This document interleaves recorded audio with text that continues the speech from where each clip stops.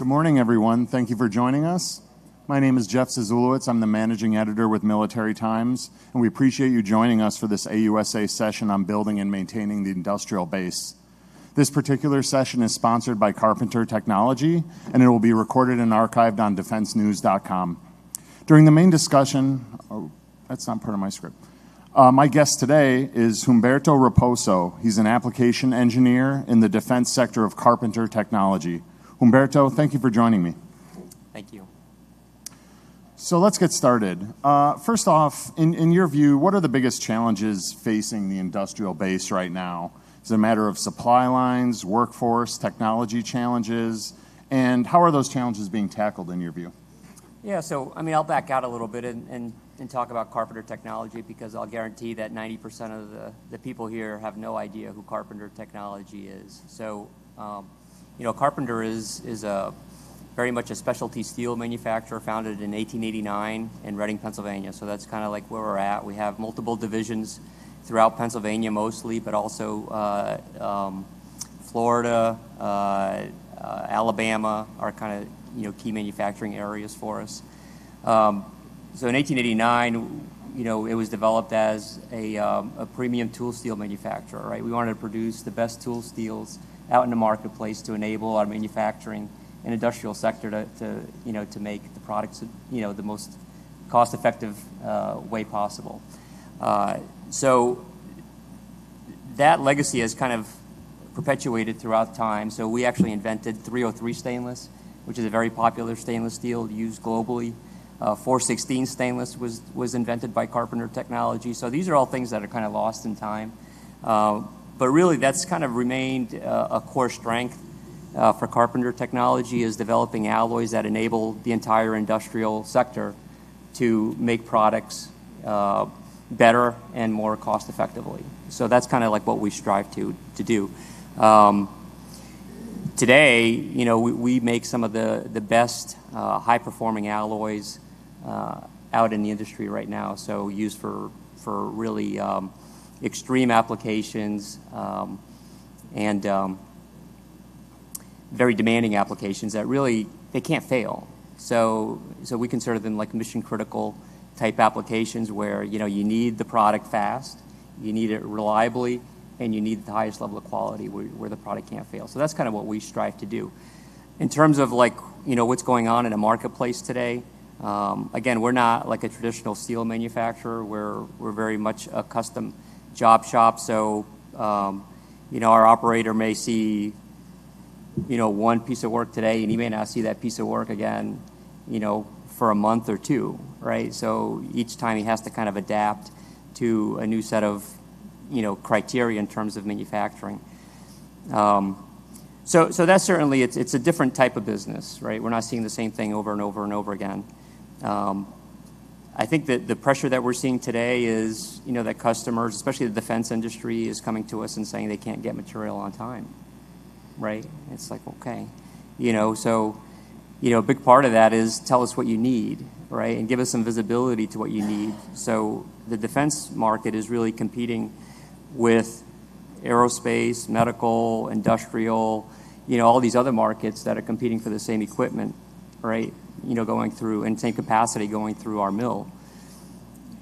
The aerospace industry can tell us 10 years from now what they're planning on making. The defense industry, we don't know what they're doing. And maybe that's, by design, but we don't know really what their needs are, a year from now. So that's getting better. So I think the level of communication is getting better, but I think that's probably the main, handicap right now is that communication and telling us what you need so we can plan better. Sure. Do you feel the industrial base is where it needs to be to meet both current and future needs? And if not, what do you think needs to happen? Is it a matter of that, the communication, or are there other parts of it too? What we see is basically, in terms of the products that we make, it's a shift in the mix, right? So if the industrial base is pulling, right, it's the mix of alloys that we're producing and complexity of alloys we're producing changes as well. If the defense industry is pulling hard, then it's a more complex type product. right? So we get that variability in alloy mix and product mix that's going through the mill. And what that does is it causes different bottlenecks to pop out, right? So, one day heat treating could be a bottleneck. Another day, it could be, hey, you can't melt enough material, right? I think in terms of like the melting side, I think there's plenty of capacity there for the defense industry. So I don't think it's a capacity issue. It's a matter of planning appropriately. But I think that's pretty much, the main drivers is addressing the bottlenecks as they pop up. Sure. How are technologies such as artificial intelligence, machine learning, and modular architecture changing the manufacturing process? And what advantages do you see them offering? Yeah, so, given the products that we're making, I think we embrace any technology, that comes to the forefront and proves to be effective in manufacturing our products more reliably, more safely, and to a higher degree of quality. I think what we see in terms of AI is that it's not quite there yet, right? It's not. For what we need to do when we're trying to operate in a 200-degree Fahrenheit temperature and, take a product from 20-inch diameter down to 12-inch diameter, the equipment just can't. AI can't function fast enough, right? So in those particular cases, we automate as much as we can, kind of use standard processes and, have human intervention there, if needed. But for the most part, automation is kind of where we're at today, and AI isn't quite ready in terms of speed, to kind of take over. Sure. Kind of tying to what we discussed earlier, do you feel there are changes that need to occur in the relationship between government and industry? And if so, how do you feel they can be implemented? And kind of tied to that, with changing that, if it needs to be, can industry predict and prepare for potential changes in the future?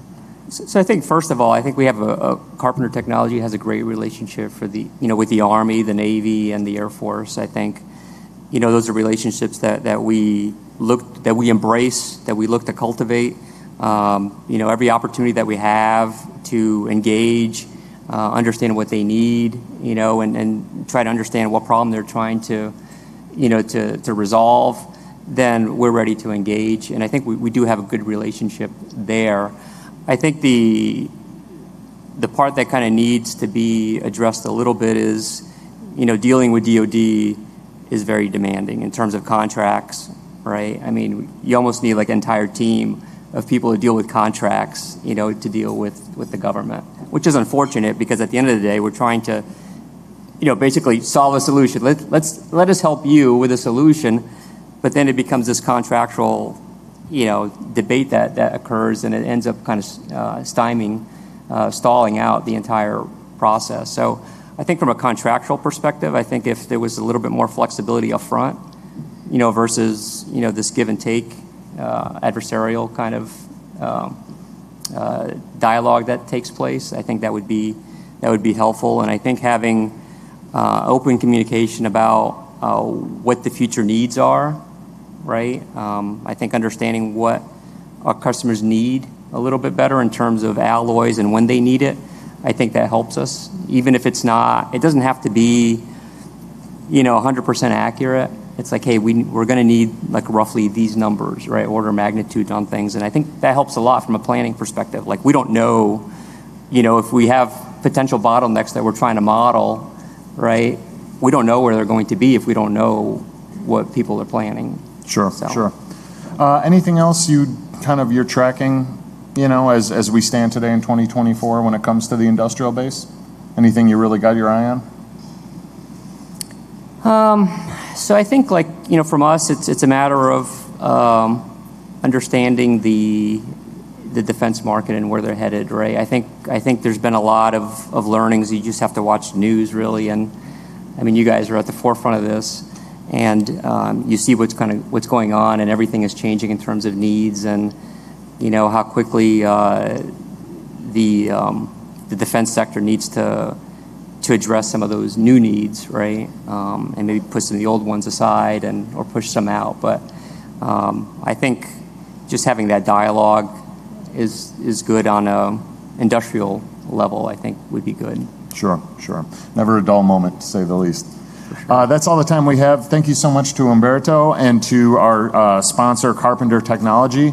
We're going to take just a quick break, and our Defense News Europe editor, Sebastian Sprenger, will be leading a more in-depth panel on these topics as well. Thank you so much. Thank you, Jeff. Yep.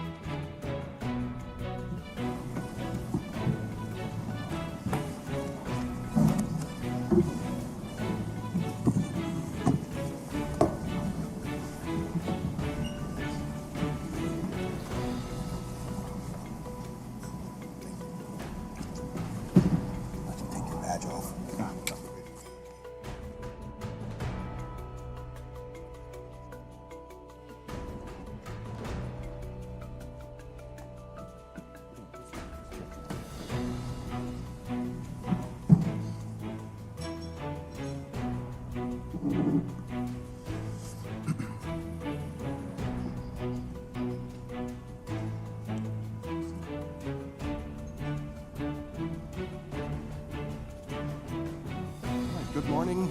I'm Sebastian Sprenger, the Europe editor for Defense News. Thank you for joining us this morning at the breakfast and at this wee hour. And I see we have quite a bit of interest in the subject. So thanks for coming out. And I want to make sure before we get started that there will be a microphone for questions right there. So I would encourage everyone to make use of that. This session will be recorded and archived on defensenews.com. So let's get into it. I'm happy to welcome this morning Brigadier General Robert Mikesh, who is the Deputy Program Executive Officer, Enterprise. Next to him is Colonel Jeff Durand, who's the Project Manager for the XM30 combat system. And that is, for the uninitiated, that's the Bradley Replacement Program. And Richard Martin, who is the Assistant Deputy Chief of Staff for Supply Chain Management at Army Materiel Command. Thanks for joining me. Thanks for having us. Before we get started, just because the term industrial base can be everything and nothing at all, perhaps we go through real quick, tell us about what that means for you, what types of companies work in your space, how big are they, and what do they make for you? Sure. And good morning, and thank you for having us this morning to be able to talk about the industrial base. For us, PEO Enterprise, kind of been a renaming, formerly known as Enterprise Information Systems. We work on the Army's large business systems. So we like to say that the Army runs on the solutions that this PEO provides the Army. That's everything from logistics to medical, finance, human resources, force management, and procurement. So when you think about those solutions, mainly a software-based PEO, when I think of the defense industrial base, the first group of companies that come to my mind are the original equipment manufacturers for software. And for us, that is some of the largest software manufacturers in the world. If you think about SAP, Oracle, Microsoft, and then you get into your groups like Salesforce and ServiceNow. So, we work with all the OEMs. And then the next group of folks that we're dealing with every single time is we're now calling it technical integration partners, or some people might say systems integrators. But and they also are the really large companies that work with the OEMs to deliver solutions for us. But the ecosystem then continues. So we're working from everything from, we do small business innovation research work with really small companies, and of course the emergence now of the technologies such as AI and supporting technologies for software. So for us, the defense industrial base is very broad, but very probably different than the other folks on the panel. And then from a customer perspective, as I was saying to you earlier, our systems also support the organic industrial base. So I consider those groups within the government as part of our customer base. Okay, thanks. Colonel Durand? Yeah, thank you. Just for context, the XM30 program is one of a number of programs we set up in Detroit, Michigan. We fall underneath PEO for ground combat systems, and we have a partner PEO also in Detroit, PEO for combat support and combat service support. So if you think of, when the Army, the nation industrialized and took over commercial manufacturing in the 1940s to fight World War II, imagine every heavy industry that manufactures things that roll and things that move. That's the defense industrial base that really is centered in Detroit. So there's all the big name primes that you can think of, but as technology has continued to advance and weapon systems are becoming more complex, our defense industrial base has expanded from that heavy metal, automotive-focused, big manufacturing processes really into technology areas that expose us to a little bit of risk, and we'll probably talk about it later, but we're becoming more and more heavily dependent on advanced technologies, which means that from the supply chain perspective, you're talking about things like microelectronics, where those manufactured, and that portion of the industrial base that you wouldn't classically associate with that heavy industry feel in the upper Midwest, but we're absolutely becoming more and more dependent moving forward on those types of suppliers. All right, good morning. So everything that my colleagues, first of all, thanks for letting us do this and have a conversation about it. But everything that my colleagues mentioned, all of it is what I'm interested in at Army Materiel Command. So I look at it from two lenses. One, I'm looking internally to the organic industrial base. By that I mean inside the Army, we operate 23 depots, arsenals, and ammunition facilities. So I'm worried about the materials that we use to manufacture, taken from raw materials, inclusive some of the gentlemen we heard earlier, and we help at Watervliet Arsenal. We turn that into cannon tubes and mortar tubes. We've got at our depots, consider those really large MRO facilities. So I worry about the repair parts and repair material elements that go into our maintenance, repair, and overhaul facilities. And then, of course, at our ammunition plants, some of which are government-owned, contractor operated, and some of which are government-owned and government operated. I'm also worried about the defense industrial base. So your ability to provide for us, principally thinking about repair parts, subcomponents, et cetera, and by way of some of our enduring systems. So, as my colleague to my left is thinking about some of our future systems, in this case XM30, I'm also worried about sustaining the things that we're going to be fighting with for a while. My background as an aviation officer, I flew Apaches. I'm going to be flying an Apache for a long time. Well, not anymore, but the Army's going to be flying Apaches for a little bit. So how do we endure, how do we sustain those systems that are going to be around a while? As RJ said, I'm also worried about the information systems. So in my portfolio, I've got the logistics information systems for Army Materiel Command. So operating the organic industrial base, connecting to the primes and the sub-vendors, and those OEMs out in industry, and then being able to connect those to our logistics information systems inside the Army. And then the last bit I'm worried about from the broader defense industrial base is keeping up by way of some of your modernization efforts. So as we've talked about already, part of my portfolio is figuring out how we're going to modernize our depot arsenals and ammunition plants to keep up, in some cases, with your industrial modernization. What you are doing ahead of us, we've got to figure out how we have some compatibility and interoperability to, again, continue to maintain and sustain those programs that we're going to have for a while. So I've got a much broader view, I think. Yeah, and so the industrial base deficiency, insufficiency sort of exploded into public view when the war in Ukraine began, and it turned out there's not enough ammunition and so forth. So in each of your respective spaces, what are some of the sort of the weak spots, the risks, if any, that you've observed?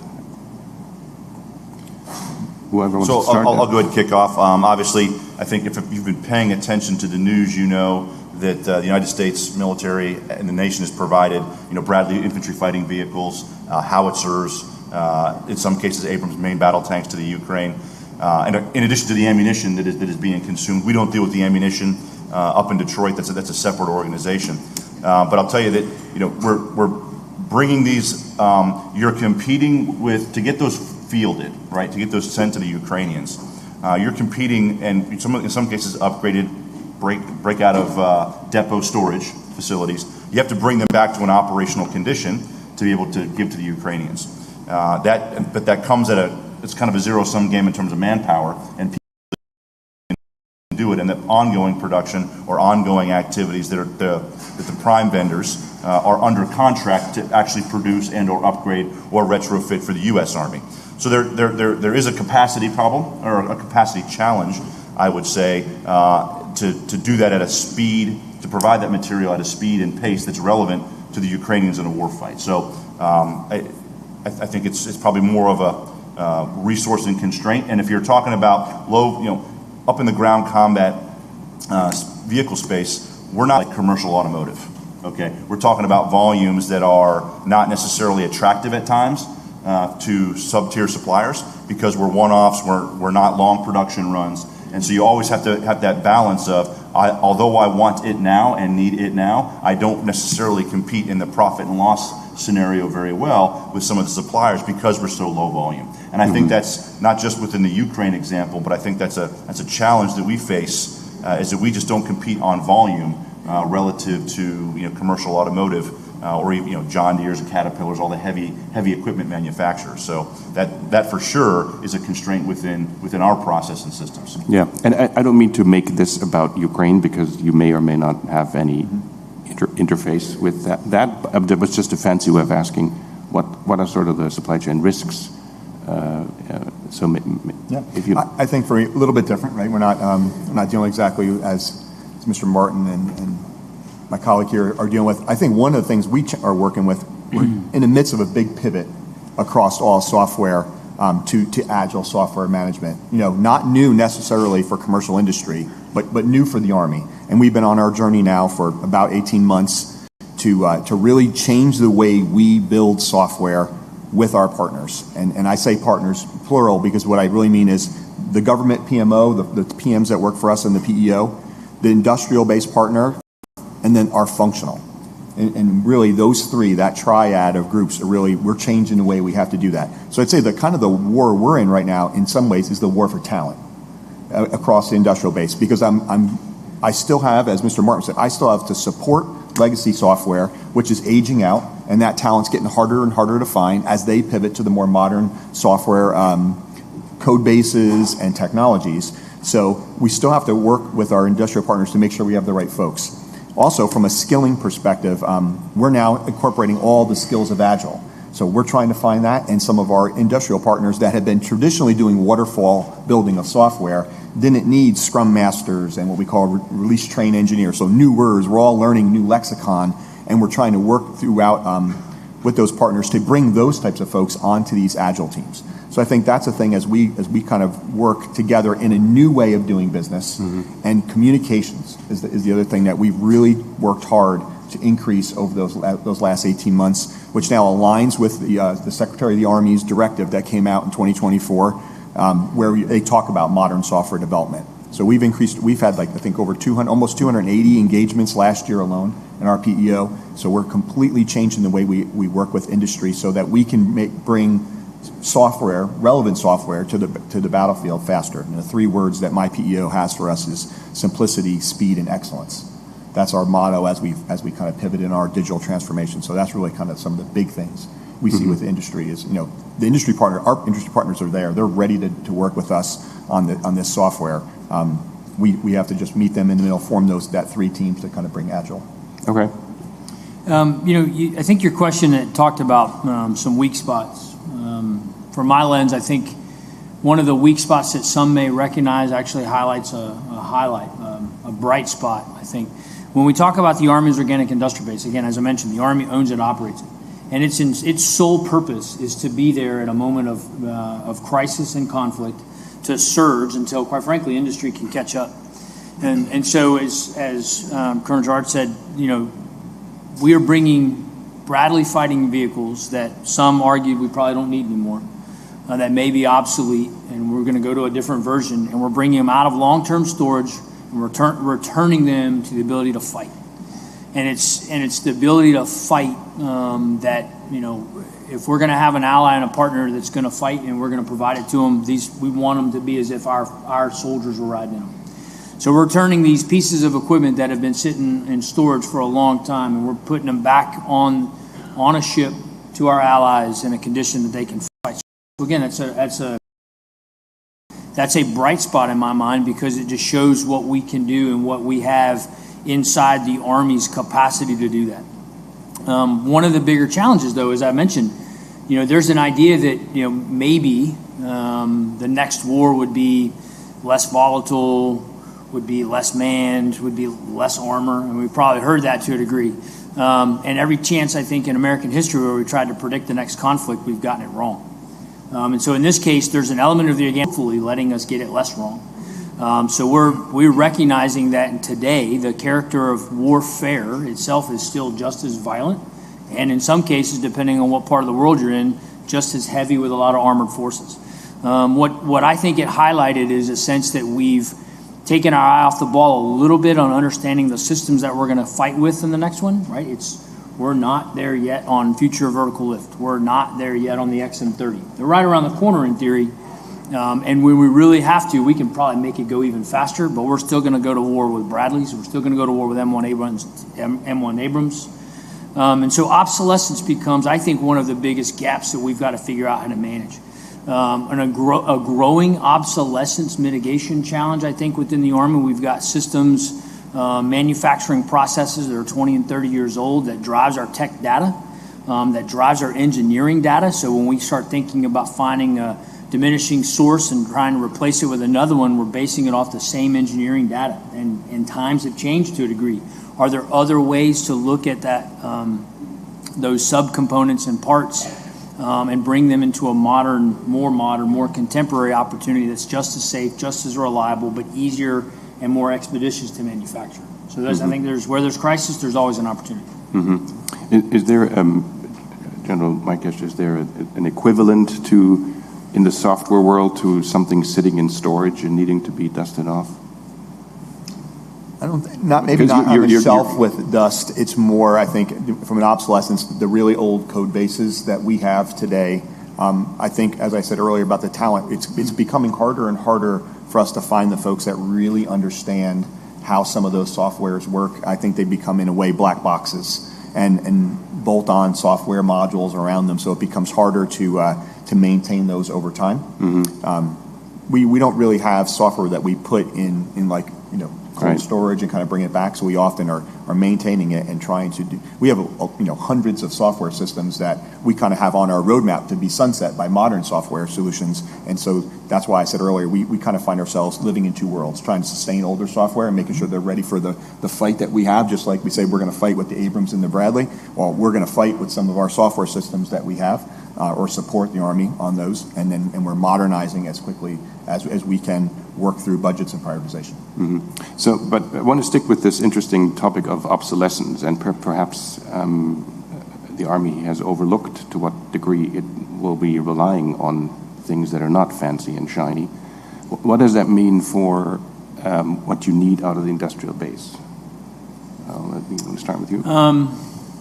Wow, what does that mean by what we need for the industrial base? I think because the industrial base is always keen to offer the latest and greatest. Yeah, I think that's exactly right. I think there's an element of a free market economy that's always looking for the next thing, right? And I think that's a wonderful thing. It's what makes us who we are. It makes us what's worth fighting for. But again, we're not going to be able to look at our allies in the world and go, or more specifically our enemies in the world, and go, hold on, we're not ready to field those new systems. We can't pick a fight yet. So we've got to fight, and we've got to be able to fight, and we've got to be able to fight and win, because we don't want to, and we want it to not be a fair fight. So when we think about some of the systems that we've had around for a minute, regardless of the versions or the variants that we're on, in some cases it's the want of a nail metaphor.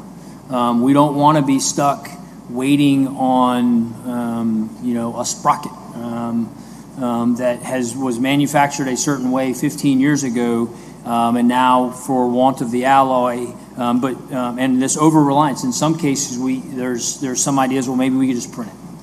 The technology's not there yet to print that part. And then more specifically, it's not there to print it on a very dynamic and lethal battlefield. So we have to think differently, and what we're trying to do inside of Army Material Command is think differently about how we can share tech data and have access to some of that tech data with our industry partners to look for other ways. We have organic manufacturing capability inside the Army So where a source may have gone out of business, we want to figure out how we can find or potentially be that alternate source of supply.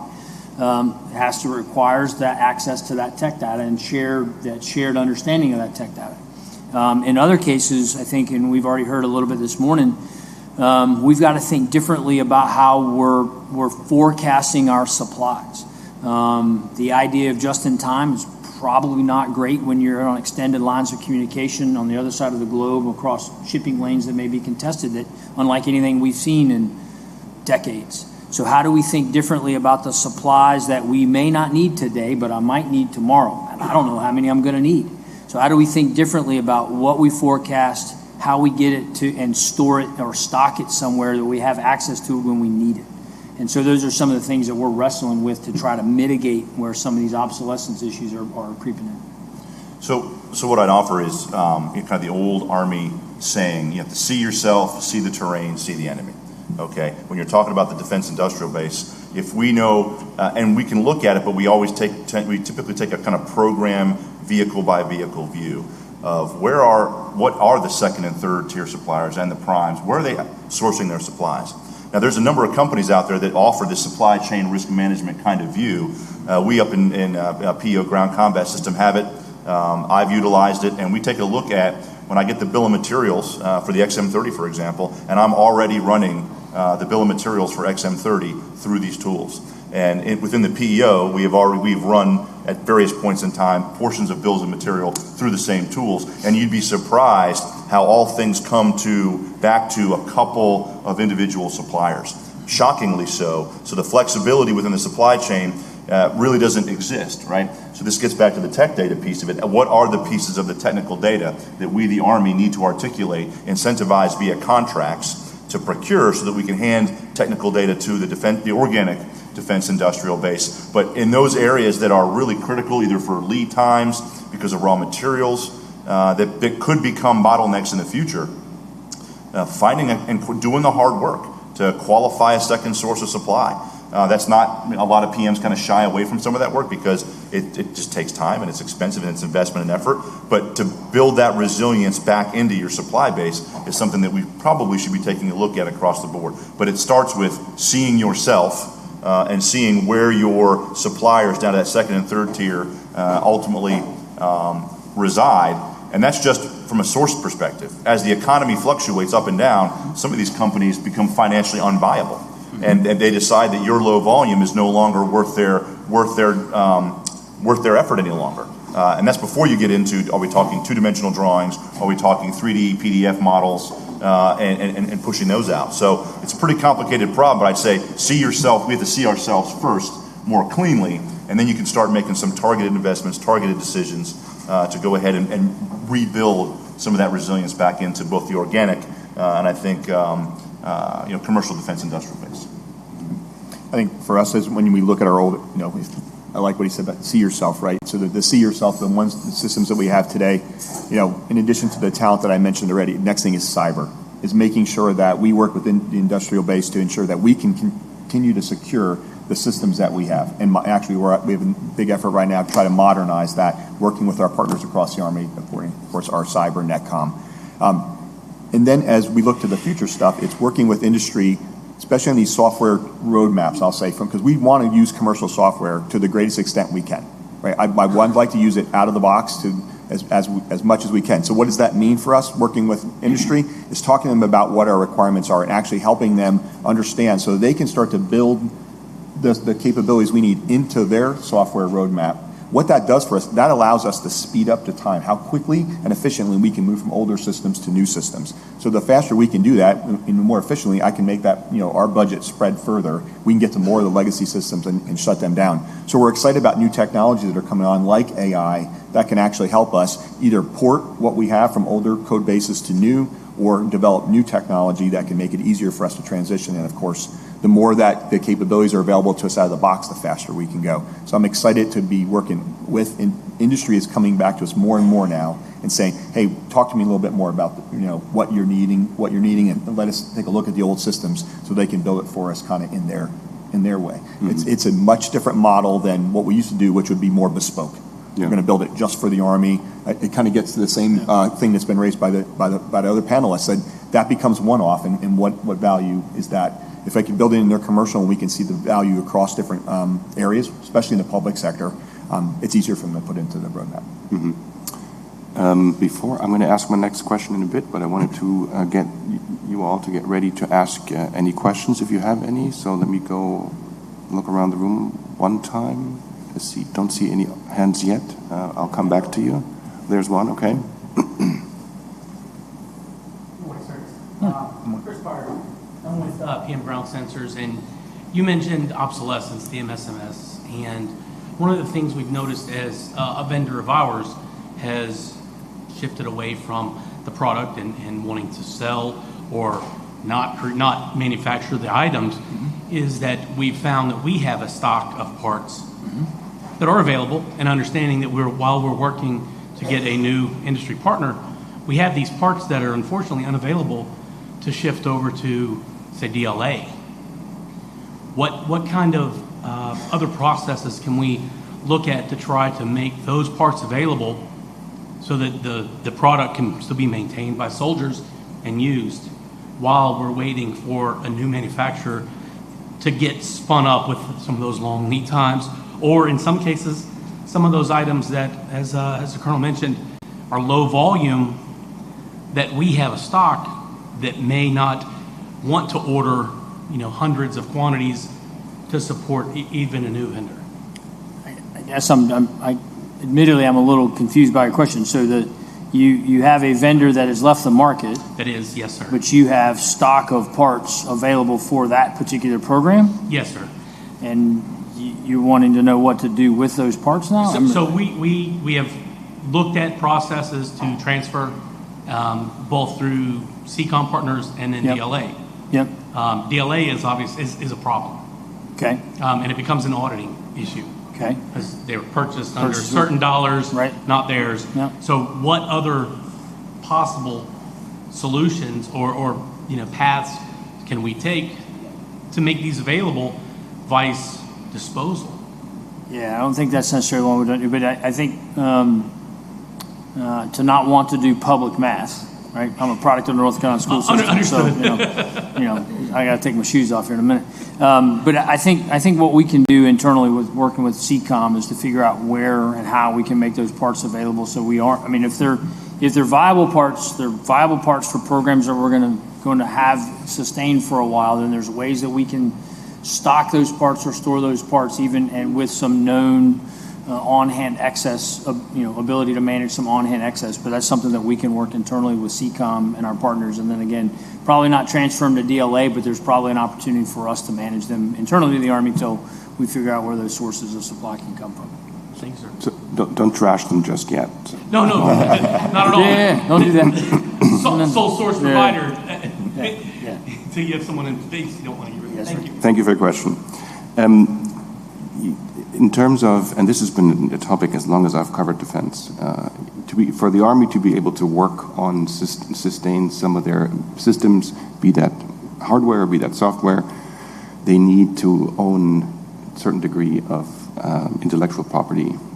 How has that come up in your respective spaces, and is there a push to get more of it, so the Army's finally in a position to make their own decisions on some things?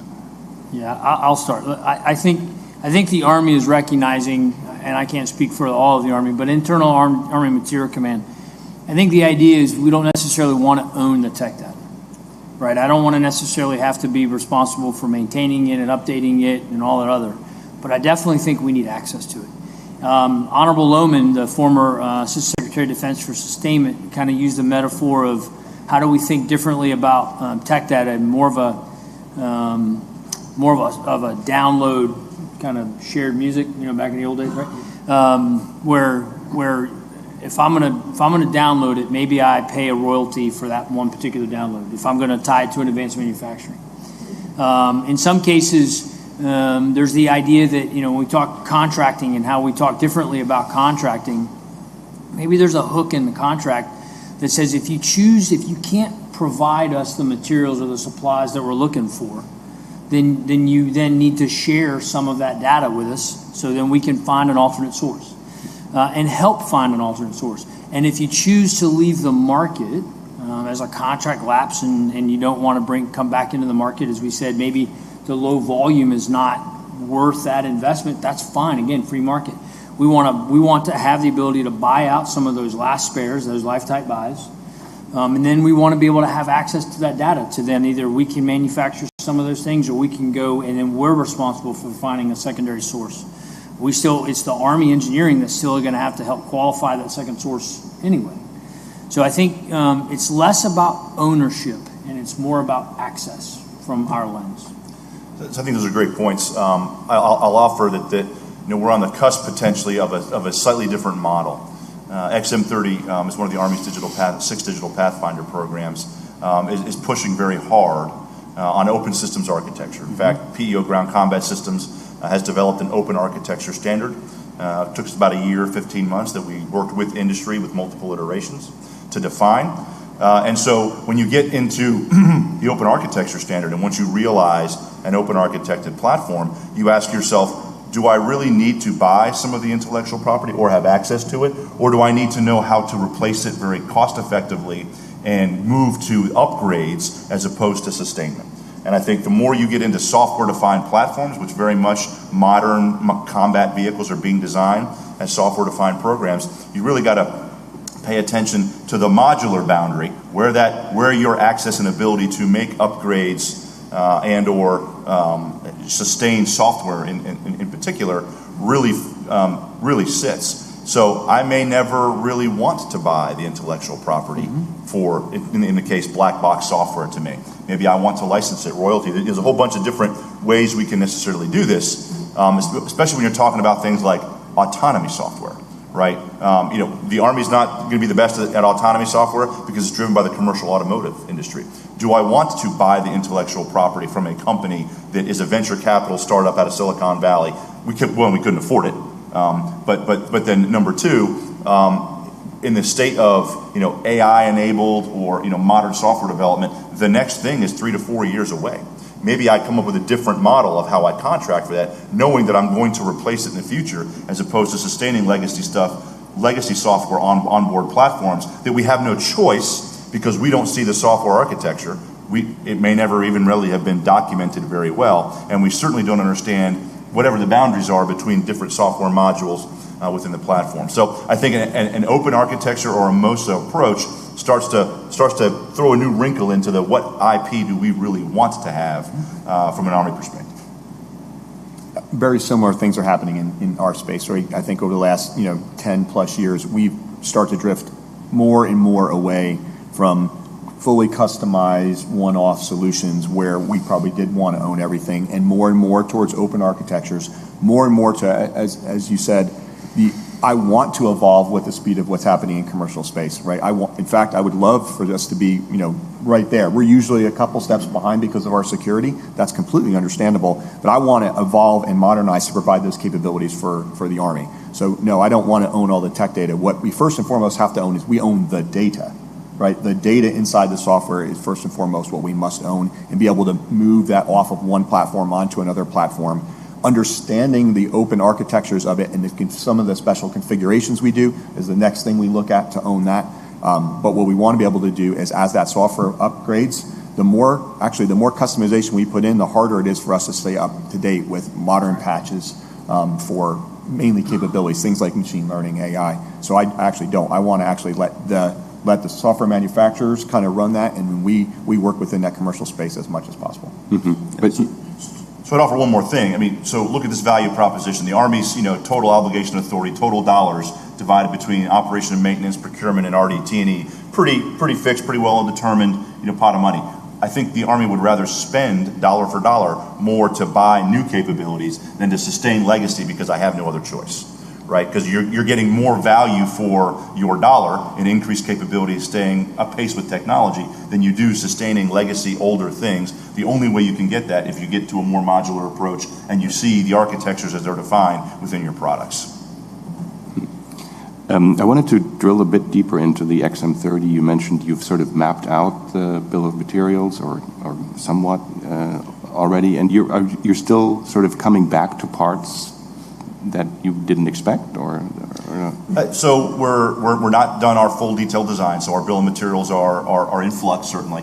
But in the bill of materials, we're seeing things like software licenses. I mean, I just looked at one of the bill of materials for one of our two prime contractors, and I was surprised to see how many annual licenses were kind of being proposed as part of the software package for the vehicle platform. And so I did the quick math of how much does it cost for one vehicle per year times how many vehicles, and you start going, wow, this may not be a sustainable model either, right? And so, but because we'll have an open architecture on the platform, I may be stuck with it for the first couple of years, but I absolutely can now compete in the commercial space potentially to replace increments of software that are really become unaffordable in longer term, right? So that's very much an evolving space, and it's very software centric. From a hardware perspective, we get there's a lot of smaller companies out there, and there's been a couple of indicators of things like foreign intelligence interests in companies, and we have done the supply chain look at targeted companies to look and see if there really is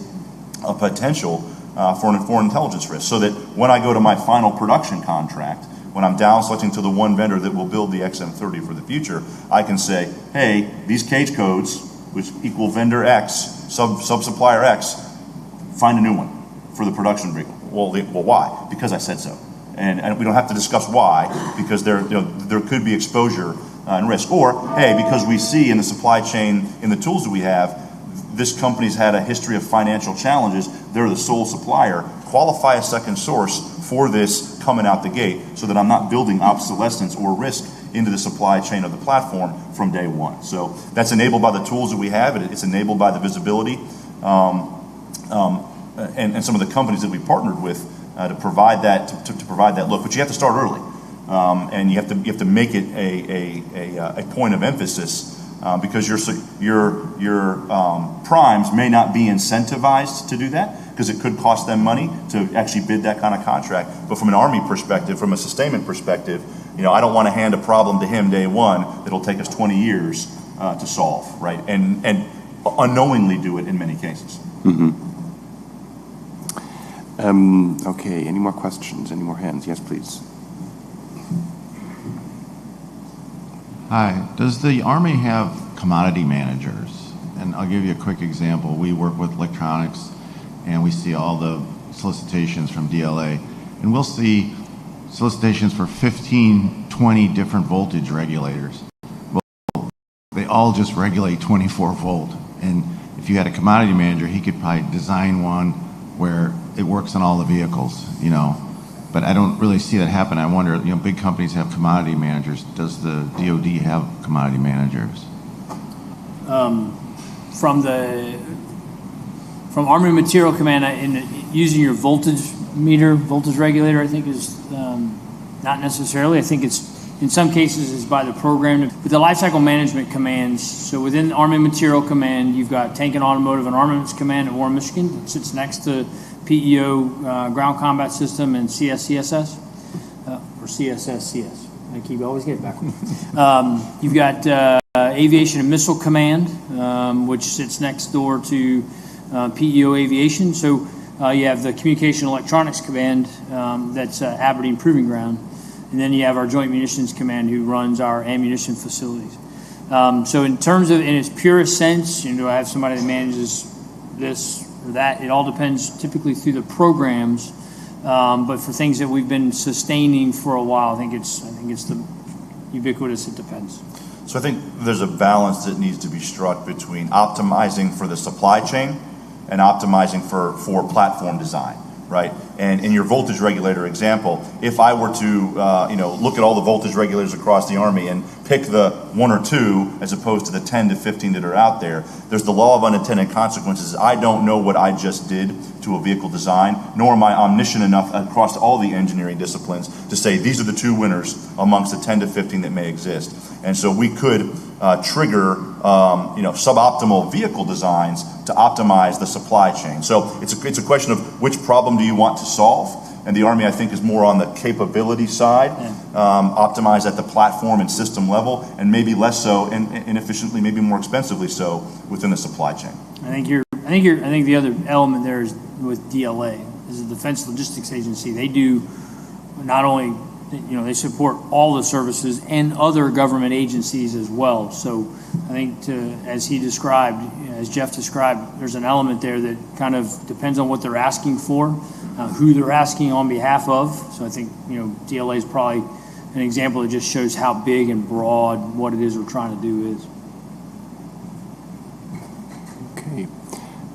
Then I would like to get into a little more in depth about the sort of new tech disruptions when it comes to industrial base, namely artificial intelligence and General Mikish, in your field especially, we have the ability of generative AI to, and we had this in the pre-conversation, become part of the industrial base. It's rapidly, right? I think it's rapidly becoming part of the offerings from major software manufacturers and systems integrators. A lot of different ways we look at it. I say in one way, a lot of commercial technology that you all use every single day has AI embedded in it, or versions of machine learning. I think AI is getting broadly painted in there, but we're starting to use it more and more every day, which means even inside the Army, even in our email systems and everything, that's already starting to complete our sentences for us, right? So that lower level AI is there. And we're starting to see that in part of our offerings coming from our cloud providers, from our major OEMs. So we're working on figuring out how to make sure that we're incorporating that in the right way, ethically, responsibly. In the generative AI space, the Army has a very deliberate path forward. ASALT is actually going to be talking about that, I think, later today or tomorrow, about they finished a 100-day plan. They're on a 500-day plan right now to ensure that we are incorporating those types of large language models into what we do very responsibly, ethically, and understanding, I think the hashtag is we're trying to hashtag break AI, hashtag defend AI, hashtag counter AI. So we're looking at it from all the different angles before we start, we're working in it. Project Linchpin for the Army is absolutely our kind of our leading effort in that. So as us and PEO Enterprise, we're working with them to ensure we understand how they're going to do that. So how that we can then, in the correct way, start to incorporate those large language models into our software. I kind of look at it as, in a way, I want to augment the platforms we have. It's all about reducing the cognitive burden on soldiers in lots of different ways, from the spaces, from combat systems to software platforms. So we want to do that in the right way. We're excited about where it's taken us. And I think the example you and I talked about before the panel today is even seeing AI starting to be a coder, like starting to build software programs with AI. That will change the industrial base for us.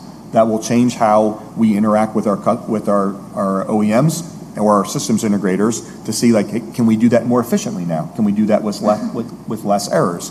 I think the jury's out on how that's going to evolve, but I definitely see companies that are coming and talking to us about how they can start to use AI for that. And I think also AI in the cyberspace, trying to look at large volumes of data from logs and things and try to bring out anomalies and things to the folks, but always keeping humans in the loop. I think that's something we always got to remember, that humans will make the final decisions on things. That's our policy, but it's really exciting to see how this is happening, and we need to learn how to deal with it because it's not going away. And AI is going to be here for us, so we have to learn how to work with it in the right way. So I think, with the exception of generative AI, you have to really be cognizant of what data sets, whatever algorithm you are either developing yourself or is being offered to you from the industrial base, has been trained upon. Because and so understanding the provenance and how the algorithm was developed and what it was trained on, there are known cases of data poisoning in publicly available data sets, that if you're talking about like autonomous driving, which, hey, if we reduced the cognitive load for a reduced crew like XM30, some degree of autonomous driver aided would be absolutely essential, I think, moving forward. Where did that algorithm come from that you got from company X, Y, or Z? Who actually developed the algorithm from X, Y, and Z? Are they U.S. citizens? Are they, visa-bearing folks from China? Don't know, right? So you have to be really, really careful in understanding that the history of those things, especially if we're talking about buying things off the shelf. Now, you internally develop within the Army in the competition for talent space, right? We don't pay enough for software developers because we can't afford to compete with venture capital firms in Silicon Valley. So how much are we going to be able to do within the Army or not? I know ASALT is very focused on this problem set. The principal deputy, it's one of his focus areas, is how do you ensure that the AI that you're operating is free from some of those potential risks that exist out there that we may, in the rush to deliver AI-enabled capability and the opportunities that it presents, we inadvertently bring problems and or risk exposure to the platform. Again, if I'm a networked, open architected platform, something in that algorithm that's a black box to me may be doing things that I can't even tell, right? So very cognizant about it. I think we need to be cautiously optimistic, but we need to be deliberate in how we approach that moving forward. In my world, I think right now from an AI standpoint, I don't think we have artificial intelligence that's making our parts yet, and if we do, we're probably all in trouble. I think I'm more worried right now where I'm trying to leverage AI to help us think differently about our production setups, our production efficiencies and optimization. But really interested in then really leaning heavily or trying to lean heavily on ML and figure out how we can do better forecasting, do better demand planning, so we can look at some of those parts that we may not, we think we need today, and turns out we don't. We're ordering, in some cases, parts that are, we're ordering some repair parts on for systems and types of parts that we haven't ordered in quite a while. So again, from an industry standpoint, they're having a hard time, as gentleman said from Carpenter, is turning for us and turning out and figure out what we need and when we need it. And so how do we think differently about those parts, to Jeff's point earlier about looking into some of the supply chain risk, where we have some machine learning opportunity. If we think there's a particular subcomponent or a critical resource that's been difficult to get into the United States or difficult to resource, how we can leverage some of that AI and ML to help us predict a little bit differently when we might have a potential disruption, to predict where we might have some a particular material failure on a piece of equipment if it's tied to a health monitoring system, so we can have the right repairable parts at the right place ahead of need, quite frankly. Mm-hmm. Okay.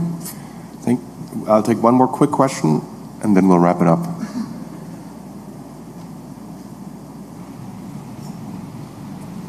Good morning. My company has the opportunity to support current and legacy programs for several different divisions of the military. Question is, you talked about taking care of legacy platforms, and some of the tooling may not be available, so there may be alternate manufacturing ways to manufacture the parts. But it doesn't always approve because it isn't exactly the same, however it's going to achieve. Is there an effort within the Department of Defense, Army, whomever, to look at those and expedite that? So I've got an example where I provided a part for the B-1 bomber, and it's sitting there for a year waiting for approval. And I know you're not in Air Force and all that, but it's like, okay, we have the part, we can make this for you guys. Why is it taking so long for that approval to go through? Yeah, so no kidding. Examples. We're that's a big word. Replete with examples inside the Army where we are trying to figure out, in some cases, an alternate or an advanced manufacturing technique. And the engineering spec was designed, a while ago. But yes, we have those efforts internal to the Army to partner with our engineering support activities to figure out how we can expedite what we call the 339 process, to make that process go a little bit faster, deal with the provisioning implications, and then, all those other things.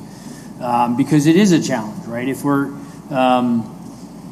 when we think about making things faster, more expeditiously, part of that is, in some cases, recognizing where the engineering comes in. And if it says it's got to be a certain tensile strength or whatever the case may be.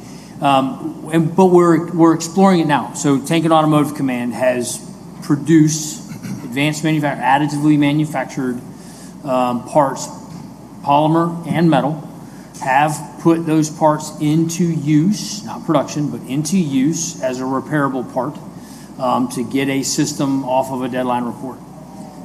We have mechanisms in place where the units have to report back when the actual qualified part comes in, replace that part, send that additively manufactured part back, let us take a look at it. In some cases, we're seeing where the printed part, so to speak, has performed better than the original. But it's not qualified because of the original engineering spec. So we're working through those. I mean, that's definitely there's an element of I believe prudent risk aversion to make sure that we are doing the right things by way of some of the advanced manufacturing capabilities. We're probably not going to do critical safety items. I'm an aviation guy. It's probably some of those rotating, moving parts on an aircraft, probably not going to put into flight anytime soon. But we are looking to fully qualify an additively printed, manufactured part for a part on an aircraft and get it fully qualified. We're working that right now. And then the same process as we figure out how we do that, we want to look back at some of the parts that have already been in the system, have already been qualified, and figure out how we can qualify them under a different engineering spec to be just as effective as the original part. So I think moving forward, an opportunity. I'm sorry. I think I'm getting the 5-minute sign here. So I'm sorry. I know we could be talking more. So I hope you got your answer. It sounds like you have to work the phones for a bit and figure out an in here. Please join me in thanking our panelists, and as well as our sponsor, Carpenter Technology, and thanks for coming out.